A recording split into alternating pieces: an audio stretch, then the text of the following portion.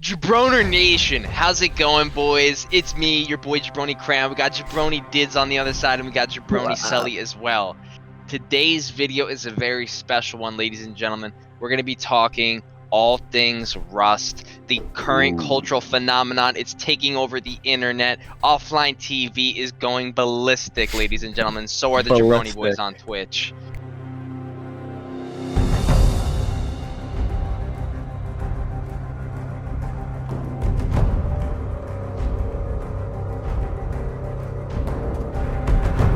Okay, so let's talk a little bit. Rust. What's it like? Like, what's it similar to for you guys? Like, you guys, you know, you got a Warzone background. You know, like, is this easy transition for you guys, or how do you feel going into Rust? You know, that's a great question, Jabroni. Crayon. Where I'd say that my expectations of it are nowhere where it actually is now. When I first thought going into it, I thought it was gonna be like a sandbox, like clunky game. Like it wasn't really gonna be anything that masterful or that complete. And then actually playing it, it feels like it feels like a very well run game. Like, I guess coming from like COD, like Cold War and like Warzone, it's like buggy and like things feel like unbalanced and weird. This just feels complete. Everything feels balanced. But that being said, we're still newbies and we still have a very large disadvantage because we didn't know a lot about the game.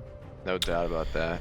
Yeah, honestly, me and Crayon, we've talked before. We got Rust. We were like, yeah, we're going to play Rust on stream. We looked at the game. We saw streamers playing it. We were like, it looks like you need like a PhD to play this game. There's like menus everywhere, the crafting, the building. And we've played, you know, pretty in-depth games before, but it just looked like a job, kind of. And at the same time, now that we've played it for about a week, it kind of is a job, but in like a fun way, in a different way. Like, you kind of want to play it. And it's interesting you said Warzone, because it's kind of similar to what it is. I mean, I suck on mouse and keyboard, but if you're good at shooters on mouse and keyboard, you're going to have a lot of fun in this game. It's like a battle royale, but you're building a base. So it's kind of, you know, best of both worlds, in my opinion. So I fuck with the game. Yeah, I feel like it definitely met my expectation in terms of like the amount of time I thought I was going to be putting into it. I knew going into it, this is going to be a game where you got to drain hours to learn it, to get good at it, to like get established. But I also I was completely like surprised and caught off guard when I realized how well the game runs. It feels like a AAA title, like the company that made it, Face Punch. This game runs super well. It kind of blows me away how there's so many, and I brought this up on stream the other day, twitch.tv/JabroniBoys. We'll have a link in the description for that. It blows me away how the map is always changing. Like, there's so many bases, there's hundreds of people on the island. Okay, there's some people on the oil rig, there's dudes on cargo ship, there's a dude building a chapel, there's another dude building a shop. It's like, how the fuck does the game run so well? It blows me away. I don't think I've honestly ever lagged while playing this game. And if I did, it was because of my connection, not because like the game is like overwhelmed or anything. And it's sick because every map is like generated randomly by itself. Every time you go in a new server, like, and not every map is the same, which I think is sick. So there's a lot of variety in the game. The PvP, the shooting is very hard. I don't know if it's just me. And it's weird. I struggle with shit. I can't shoot anyone for a I'm shit. so bad. If I hear a hit marker, I get hyped. I'm like, no fucking way. Like, wow, I probably should have hit. It's weird. It's very in its own kind of realm. It's not like you could go into this with a Warzone background and expect to clap cheeks. Same thing with like CS:GO or whatever. It's weird. You really got to learn the recoil patterns. The guns are very specific. Learning one gun is not going to help you with another. They're very different from each other, which is cool. I mean, you could definitely tell when somebody is better than you at this game. It is not going to be luck 90% of the time. If you lose a gunfight, odds are like they hit you in the head, you didn't, and that's the end of story. Which really brings me into like kind of the good thing about the game that I love, which is I mean, I just love how many things there are to do in the game. I mean, like at one point you're farming, and if you just want that chill, like chop tree, collect rock experience you would get with like Minecraft or Raft or whatever that we just played, you'll get that here. But if you're also like a Warzone competitive player, you really just want to sweat, run around, and kill people, these two kind of genres clash in this game, I think, really well. So if you're kind of more casual or you're more competitive, there's like a perfect middle ground of like, what do you want to do? And I think the game nails that shit. Yeah, the world's your oyster. That You can make a 2x2 and dominate PvP, or make a whole goddamn compound and still dominate in PvP. Yeah, that does kind of lead us into the, not necessarily the bad things about this game, because that's kind of the way it's supposed to be, but I would say the things that kind of infuriate you a little bit. The idea that you could just be starting out, you're building your 2x2, you just got on the server, you barely know what you're doing, and there could be a kid that knows exactly what he's doing with an AK, which is one of the best guns, and he could just blow your cheeks out and destroy your entire base, and then you got to start over again. And obviously we've dealt with that a ton on our servers. So I'm sure we'll talk about that. I mean, because we're Twitch streamers, obviously, twitch.tv/JabronerBoys, like we said. So, you know, we do a little bit of self-promotion because we're small. We're trying to get noticed a little bit. We put a little sign on our cave, our base, said Jabronis. And next thing you know, you got 20 people in there stream sniping us, watching everything that we're doing. Our stream's been doing great, but numbers way up. Numbers are way up. Performance in the server way down. Yeah. But it's still fun though, because the way it is, it's like, the way I think about this game is every single time you start over, it's the South Park episode, it's the World of Warcraft episode. You get killed by someone, and you're kind of defeated for about 20 minutes. You're like, fuck, we just lost everything, dude. We grinded for 2 days, we lost all of our guns, everything. But then you're like, wait, what was his name? And you'd be like, it was Kitty cunt liquor, and be like, oh, we gotta fucking get him and raid the shit out of his base. You get all your shit with your boys, and then you fuck them up. So it's like you get motivated, honestly. Yeah, definitely during our experience, I mean, from all you fans watching us on stream, you know, just about every base we build and then end stream and then go back the next day to play again, our base is gone and we lost everything. And that's happened all too often. Several times. And it's one thing if it happens when we're online, and it's another when we're offline and we have nothing to do in it. I mean, I think we've done pretty well as far as live or online base rating goes. We always hold that shit down, no matter how far they go into our base.